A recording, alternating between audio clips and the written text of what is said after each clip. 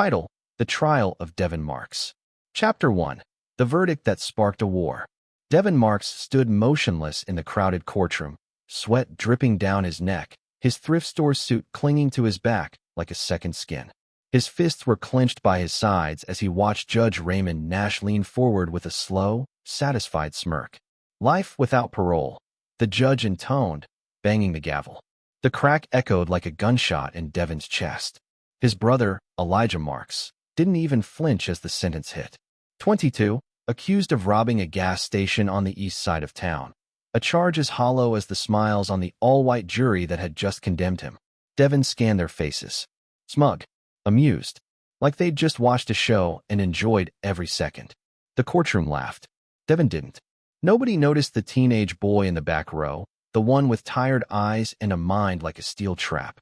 No one knew he had spent years poring over legal textbooks in the city library while other kids played ball or chased girls.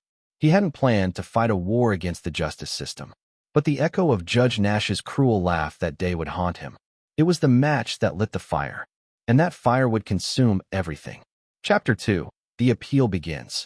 By sunrise, Devin was seated at the chipped kitchen table in their crumbling apartment, surrounded by a sea of papers he had stolen from the overworked public defender's office. Cold coffee sat untouched as his eyes scanned every line of the sentencing transcript. Judge Nash's final words were burned into the page. Case closed. No appeal filed. Devin's jaw locked. It wasn't over. He had 30 days under state statute to file an appeal. This was day 2. Section 32, subsection B. He had memorized it. And now, his mind, sharp, photographic, was his only weapon. He drafted the appeal using a borrowed laptop from their neighbor, Miss Celia. His fingers trembled, but each word struck the screen with purpose. He argued ineffective counsel, procedural violations, and introduced new evidence. A time-stamped photo of Elijah at a barber shop, 3.2 miles from the scene of the robbery, laughing in a mirror while a razor traced his hairline. By noon, Devin printed the documents at the public library, stuffed them into a wrinkled manila envelope, and threw on his wrinkled suit. Chapter 3. The Courthouse Wall. The courthouse rose like a fortress of rot, gray stone, mold-stained, indifferent to the people it crushed. Devin approached the clerk's window, manned by a white woman with a pinched mouth and a name tag, Marlene. He placed the envelope on the desk. I'm filing an appeal on behalf of Elijah Marks. Case number 3192. Marlene raised an eyebrow. You a lawyer? No, ma'am. I'm his brother. I have the right under section 32, subsection B. She smirked and shoved the envelope back. We don't take legal advice from children. Get a real attorney. I read the code, Devin replied, his voice steady. You're required by law to accept this. Another clerk, a balding man with a crooked eye named Travis, wandered over. He chuckled. You think you're Perry Mason or something, kid? Devin leaned in. Refusing to file this is a violation of my due process rights. Travis rolled his eyes, snatched the envelope, and muttered, Whatever, lawyer boy. Chapter 4. The Hearing. By 4 p.m., Judge Nash had caught wind of the filing. He ordered an emergency hearing, clearly eager to humiliate Devin. You again? Nash growled from the bench, his voice heavy with southern venom. You want to waste my time? One more word, and I'll have you jailed for contempt. The gallery chuckled. Devin stepped up, chest tight, but spine straight. Your Honor, I'm filing an appeal. I found a procedural error in the closing argument. It ran 8 minutes past the court's mandated time under Rule 6.3. The laughter died instantly. Nash blinked, startled. You're 16. You don't know what a transcript is. Devin opened his notebook and pointed. Page 17, line 42. Nash grabbed the papers, skimmed, and for the first time, his smirk disappeared. Devin's voice rose. The law says a mistimed closing invalidates the trial. You must grant a retrial. Nash's jaw twitched. A vein pulsed in his thick neck. Fine, he snapped. Retrial granted. But don't think you've won anything. The gavel came down hard. The courtroom gasped. Outside, reporters swarmed. A black teenager had outmaneuvered the most feared judge in the city. But from the shadows, Judge Nash made a call. Handle the kid. Chapter 5. Set up and slammed. That night, Devin was walking home when a cruiser screeched to a halt inches from his legs. 2 white cops jumped out. One tall and scarred, the other thick-necked and sunburned. "Look who it is," the tall one sneered. "Nash's little genius." "Hands up," the thick one barked. "Fit a description. Armed and dangerous." "I just came from court," Devin stammered, raising his hands. "You can check." But they didn't check. They slammed him onto the hood, searched his pockets, and found a bag of weed Devin had never seen in his life. "You planted that," Devin shouted. They laughed. He was dragged into the back seat and beaten during the ride to the station. "Fists. Baden. A message from Nash. Think you can embarrass a judge and walk away?" They hissed between punches. Chapter 6. Torture in the Shadows. At the precinct, he was locked in a room that smelled of mildew and hopelessness. He demanded his phone call, citing State Code Article 12.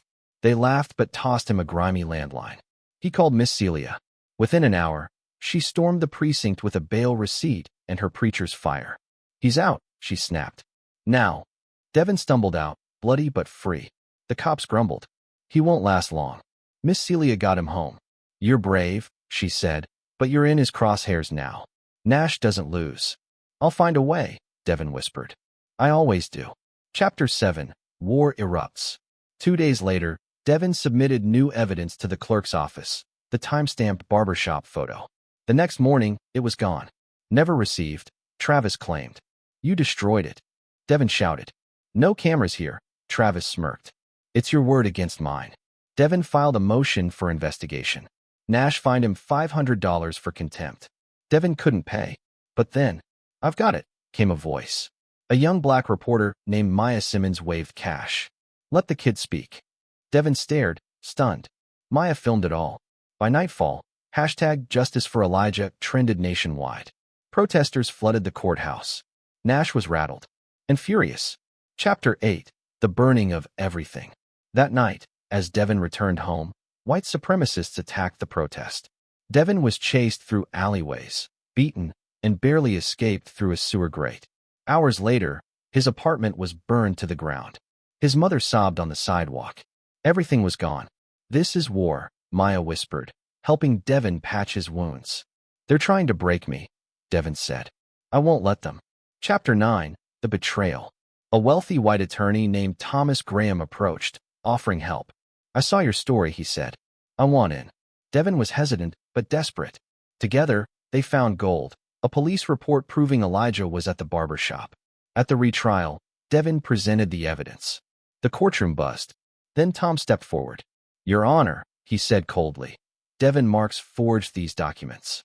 Devin's world collapsed. He was cuffed and hauled out. Betrayed. Judge Nash grinned like a wolf. Chapter 10. Solitary.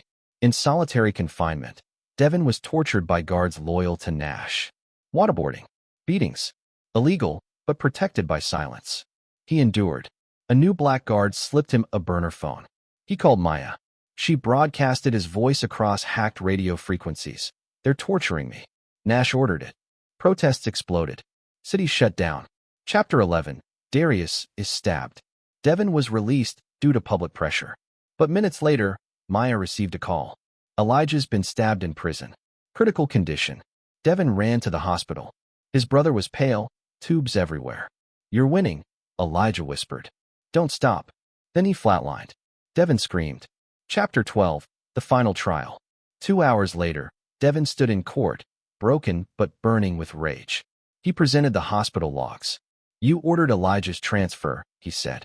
"He was murdered under your watch." The crowd roared. Maya played a recording. Nash's voice, cold and calculating, discussing payouts with a prison CEO. Nash snapped. "You little bastard," he bellowed, lunging over the bench. He was tackled by bailiffs and cuffed. The jury cleared Elijah's name. Cheers erupted. Epilogue. The war is not over. As Devin stood over Elijah's body, the courthouse exploded in flames. A bomb. Holt's final revenge. Dozens dead. Maya clutched Devin's arm. "This is bigger than Nash. This is a network." They uncovered the truth. A cabal of judges, CEOs, and prison profiteers. The war wasn't over.